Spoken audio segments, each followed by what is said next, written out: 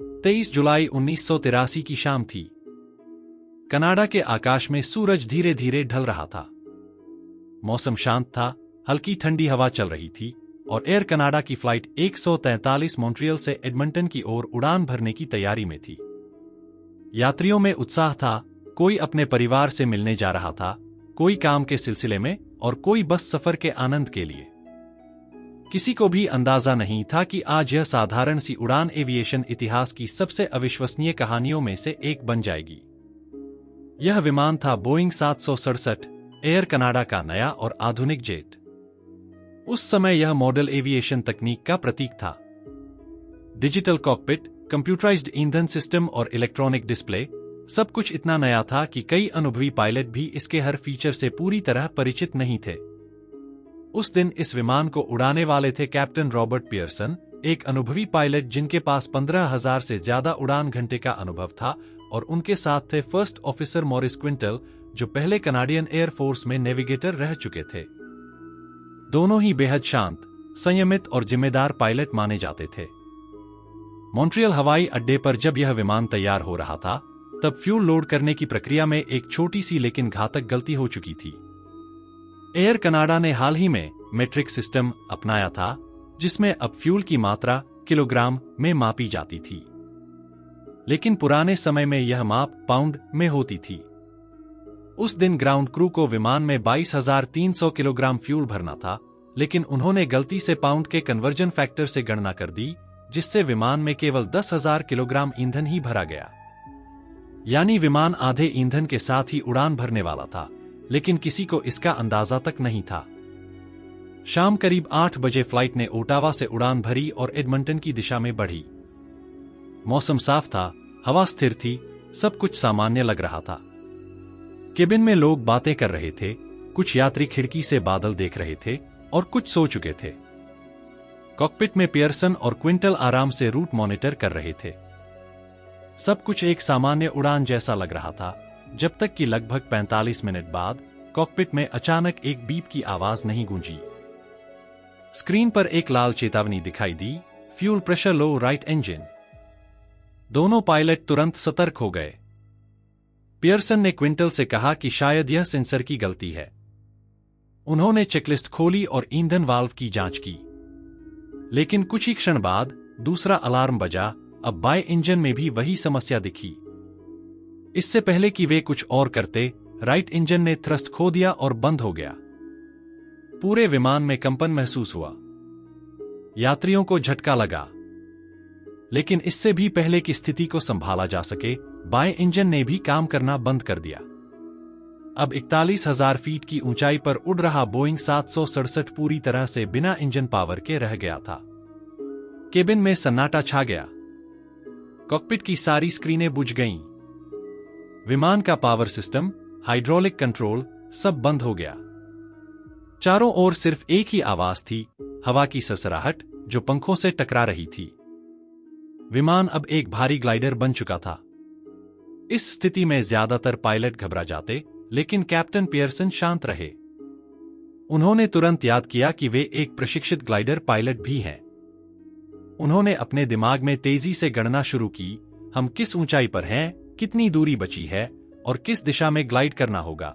उन्होंने विमान का नाक नीचे किया ताकि हवा का प्रवाह जारी रहे और विमान स्थिर रहे। क्विंटल ने तुरंत रेंज की गणना की, हमारे पास लगभग 12,500 मीटर की ऊंचाई है।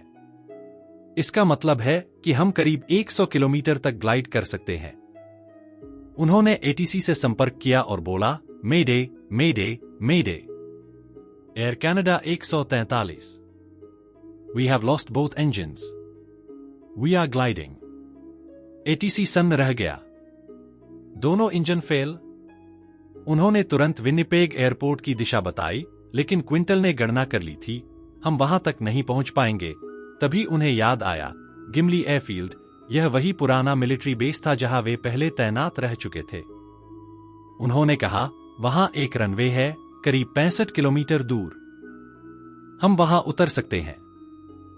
पियर्सन ने तुरंत विमान की दिशा गिमली की ओर मोड़ दी।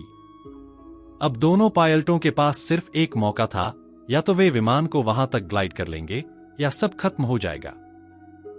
गिमली के नीचे जमीन पर उस दिन एक कार रेसिंग इवेंट चल रहा था। लोग अपनी स्पोर्ट्स कारों के साथ रनवे पर रेस कर रहे थे, बच्चे खेल रहे थे और परिवार धूप का मजा ले रहे थे।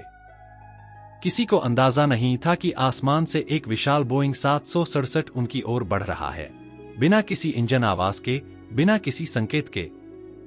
विमान अब धीरे धीरे नीचे आ रहा था। क्विंटल बार बार ऊंचाई और दूरी की गणना कर रहे थे। हम बहुत ऊंचे हैं, उन्होंने कहा। अगर हम इसी गति से रहें तो रनवे पार कर जाएंगे। पियर्सन ने फैसला लिया, हमें साइड स्लिप करनी होगी। यह एक जोखिम भरा तरीका था जिसमें विमान को तिरछा करके उसकी गति घटाई जाती है और वह तेजी से नीचे उतरता है। यह तकनीक ग्लाइडर उड़ानों में इस्तेमाल होती थी, लेकिन इतने बड़े बोइंग 767 में शायद ही किसी ने पहले की हो। विमान तिरछा हो गया और यात्रियों ने महसूस किया कि कुछ गड़बड़ है। बच्चे रोने लगे, लोगों ने सीटों को कसकर पकड़ लिया। एयर होस्टेस ने चिल्लाया, brace, brace for impact. Cockpit में पियर्सन ने विमान को रनवे की ओर लाया। नीचे कारें दौड़ रही थीं, लोग चिल्ला रहे थे और भाग रहे थे। रनवे के बीच में एक रेस कार खड़ी थी और उसके ठीक ऊपर से विमान को उतरना था। 767 ने जमीन को छुआ। पहिए पूरी तरह लॉक नहीं थे और नाक का गियर फंसा हुआ था। विमान की नाक जमीन से टकराई और चिंगारियां निकली। विमान कुछ सेकंड तक फिसलता रहा और फिर धीरे धीरे रुक गया। सब कुछ शांत हो गया। कोई विस्फोट नहीं हुआ, कोई आग नहीं लगी। सभी 69 लोग जिंदा थे। जब विमान रुका तो चारों तरफ धुआं और धूल थी। यात्रियों ने धीरे धीरे बाहर निकलना शुरू किया।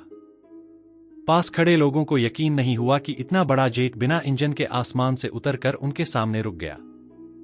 बाद की जांच में सच सामने आया, यह सब एक साधारण यूनिट माप की गलती की वजह से हुआ था। बोइंग 767 का कंप्यूटर किलोग्राम में मापता था, लेकिन ग्राउंड क्रू ने फ्यूल की गणना पाउंड में की। इससे विमान में आधा ईंधन ही लोड हुआ। यह गलती इतनी गंभीर थी कि पूरी एविएशन इंडस्ट्री ने अपने सिस्टम चेक को दोबारा डिजाइन किया। कैप्टन पियर्सन और फर्स्ट ऑफिसर क्विंटल को पहले सस्पेंड किया गया, लेकिन बाद में उनकी वीरता और शांत निर्णय क्षमता के लिए सम्मानित किया गया। एविएशन संस्थानों में आज भी द गिमली ग्लाइडर की कहानी पायलटों को सिखाई जाती है, एक सबक के रूप में कि मशीन से ज्यादा भरोसा इंसान की समझ, अनुभव और धैर्य पर होना चाहिए। वह विमान बाद में भी सेवा में रहा और 2008 में उसे आधिकारिक रूप से रिटायर किया गया। आज वह कनाडा के एक म्यूजियम में प्रदर्शित है, उस दिन के चमत्कार की निशानी के रूप में जब इंसान की हिम्मत और समझ ने तकनीक को मात दी। तो दोस्तों, यह थी कहानी एयर कनाडा फ्लाइट 143 की, वो उड़ान जो बिना ईंधन के भी आसमान में तैरती रही और जिसने दुनिया को यह सिखाया कि हर आपदा में भी उम्मीद जिंदा रहती है। अगर आपको ऐसी सच्ची कहानियां पसंद हैं, तो चैनल डार्कनेक्स टीवी को सब्सक्राइब करें और बेल आइकन दबाएं, क्योंकि हम लाते हैं वो कहानियां जो सिर्फ हादसे नहीं, बल्कि इंसानी हिम्मत की पहचान है।